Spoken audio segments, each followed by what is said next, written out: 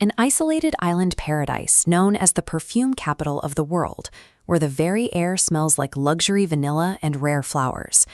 But beneath the canopy lies a much tougher reality. We are skipping the glossy 1% luxury travel brochures to evaluate how the other 99% actually live in the Indian Ocean's most forgotten archipelago. This scorecard breaks down the core conflict. On the left, massive geographical and financial benefits like $500 rent and high safety. On the right, steep logistical punishments, a zero job market, and a total lack of credit card infrastructure. Comoros offers incredible leverage for those who bring their own resources, but it severely punishes anyone unprepared for its entirely cash-dependent, offline infrastructure. To see who can actually survive here, we will test this environment against 3 specific profiles: the short-term tourist, the remote digital nomad, and the traditional expat. Accessing the islands is remarkably straightforward. Comoros provides a visa on arrival for almost all international passports, including the US, UK, EU, and India. But there is an immediate, strict friction point at the border. You must purchase this visa at the airport or seaport using hard, physical cash, exclusively in US dollars or euros. This diagram maps out the digital banking blackout across the island network.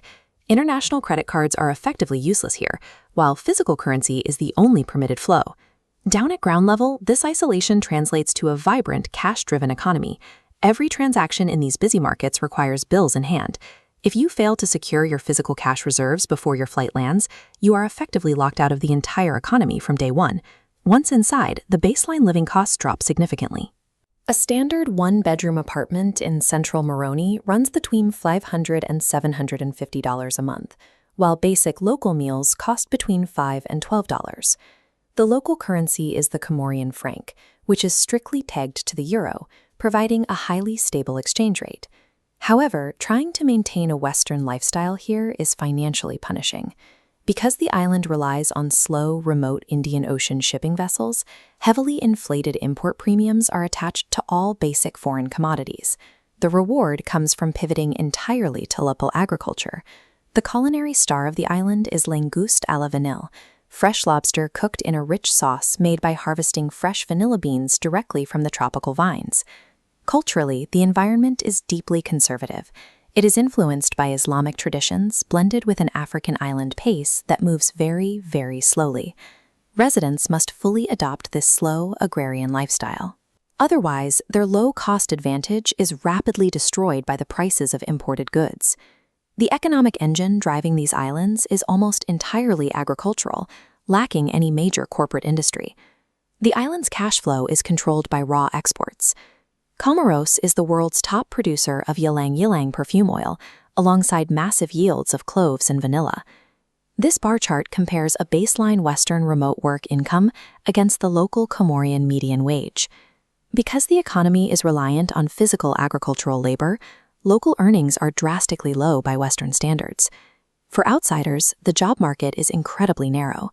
Employment options are restricted almost exclusively to niche maritime logistics or small ecotourism ventures.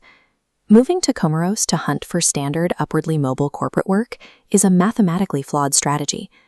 The islands sit in a tropical maritime climate. From November to April, they face a severe operational danger window, marked by heavy monsoons and massive Indian Ocean cyclones. The optimal arrival window is between May and October, when the weather shifts to a dry, sunny, and slightly cooler pattern. On the ground, there is a distinct safety paradox. Violent crime against tourists is exceptionally rare, yet sudden political unrest and demonstrations can spark in Moroni without warning.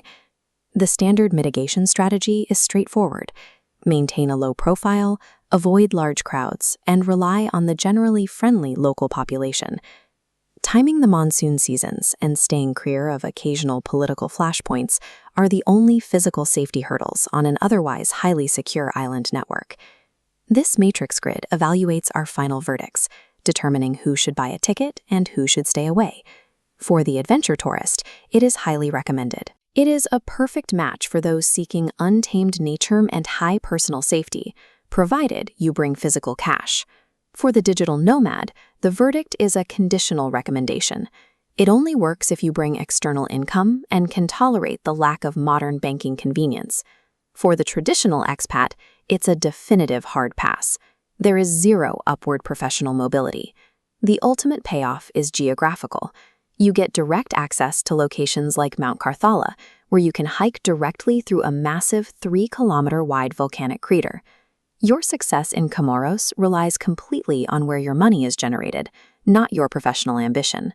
Surviving the Comoros requires intense logistical preparation and a willingness to abandon modern digital privilege. Is trading digital convenience for a safe $500 a month vanilla-scented remote life a deal-breaker for you? Let us know below. Next stop, Congo, the gateway to the deep jungle. Subscribe to stay real.